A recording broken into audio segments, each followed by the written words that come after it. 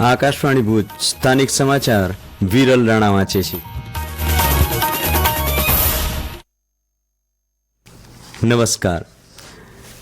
પ્રધાનમંત્રી નરેન્દ્ર મોદી આગામી 10 ફેબ્રુઆરી નવી દિલ્હીમાં પરીક્ષા પે ચર્ચા કાર્યક્રમ અંતર્ગત વિદ્યાર્થીઓ સાથે સંવાદ કરશે.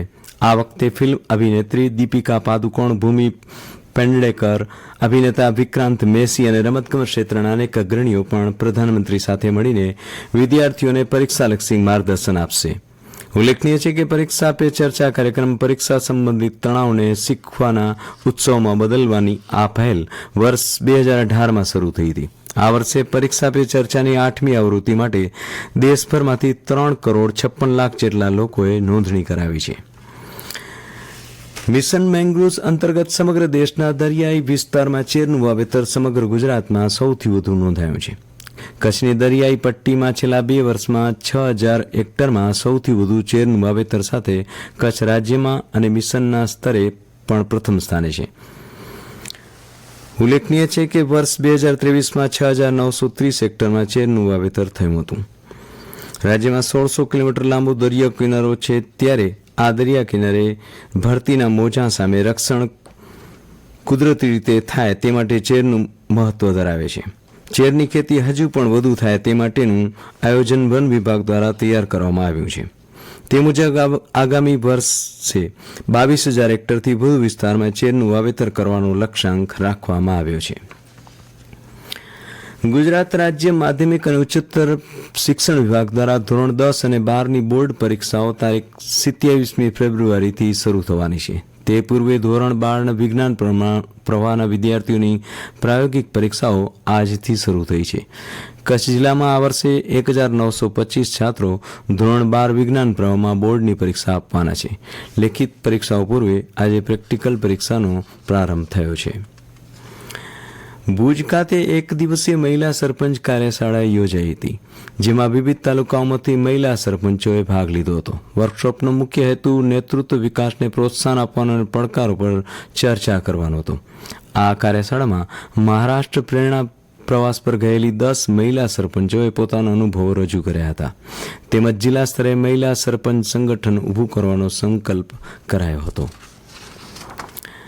બેટી બચાવો બેટી પઢાઓ યોજનાના 10 વર્ષ પૂર્ણ થયાની ઉજવણી અંતર્ગત જિલ્લા મહિલા અને બાળ કચેરી દ્વારા અંજાર તાલુકાના રતનાલ ગામની ITI ઇન્સ્ટિટ્યૂટ ખાતે જાતીય સંવેદના જાગૃતિ કાર્યક્રમનું આયોજન કરવામાં આવ્યું હતું. આ કાર્યક્રમ અંતર્ગત મહિલા અભયમ હેલ્પલાઇન 181 તેમજ ચાઇલ્ડ હેલ્પલાઇન 1098 વિશેની વિગતવાર માહિતી આપવામાં આવી હતી. ઉપરાંત વિવિધ મહિલાલક્ષી યોજનાઓની તેમજ કાયદાઓની માહિતી આપવામાં આવી હતી. આ કાર્યક્રમમાં ITIમાં ચાલતા વિવિધ ટ્રેડ જેવા કે શિક્ષણ, કોપા, ઇલેક્ટ્રિશિયન, વાયરમેન, કોમ્પ્યુટર સહિતના કોર્સનું વિદ્યાર્થીઓ તેમજ શિક્ષકોએ ભાગ લીધો હતો. પ્રાદેશિક વિજ્ઞાન કેન્દ્ર ભુજ દ્વારા આગામી તારીખ 9મી ફેબ્રુઆરી રવિવારના વિશ્વ કઠોળ દિવસની ઉજવણીના ભાગરૂપે કઠોળમાંથી બનતી વાનગીઓની સ્પર્ધાનું આયોજન કરવામાં આવ્યું છે, જેમાં વિજેતાને ટ્રોફી દ્વારા સન્માનિત કરવામાં આવશે. ભુજ ભચાઉ હાઈવે પર આજે વહેલી સવારે ધાણેટી ગામ પાસે કાર અને ટ્રક ટ્રેલર વચ્ચે થયેલા અકસ્માતમાં અમદાવાદના એક વ્યક્તિનું ઘટના સ્થળે જ મોત નીપજ્યું હતું, જ્યારે અન્ય ઇજાગ્રસ્તોને સારવાર માટે સિવિલ હોસ્પિટલમાં ખસેડવામાં આવ્યા હતા. અકસ્માતની જાણ થતાં સ્થાનિક લોકો ઘટના સ્થળે દોડી આવ્યા હતા અને વાહનમાં ફસાયેલા લોકોને બહાર કાઢવામાં મદદ કરી હતી. 108 એમ્બ્યુલન્સની ટીમે ઘટના સ્થળે પહોંચી ઇજાગ્રસ્તોને પ્રાથમિક સારવાર આપી હતી. ધાણેટી પોલીસે ઘટના સ્થળે પહોંચી મૃતદેહને પોસ્ટમોર્ટમ માટે મોકલી આપ્યો હતો. પોલીસે અકસ્માત અંગેનો ગુનો નોંધી વધુ તપાસ શરૂ કરી છે. ભારત અને ઇંગ્લેન્ડ વચ્ચે 3 મેચની 1 દિવસીય ક્રિકેટ શ્રેણીની પહેલી મેચમાં ઇંગ્લેન્ડે ભારતને જીતવા માટે 249 રનનો ટાર્ગેટ આપ્યો છે. નાગપુરના વિદર્ભ ક્રિકેટ સ્ટેડિયમમાં ટોસ જીતીને પ્રથમ બેટિંગ કરતા ઇંગ્લેન્ડની ટીમ 47.4 ઓવરમાં 248 રનમાં ઓલ આઉટ થઈ ગઈ હતી.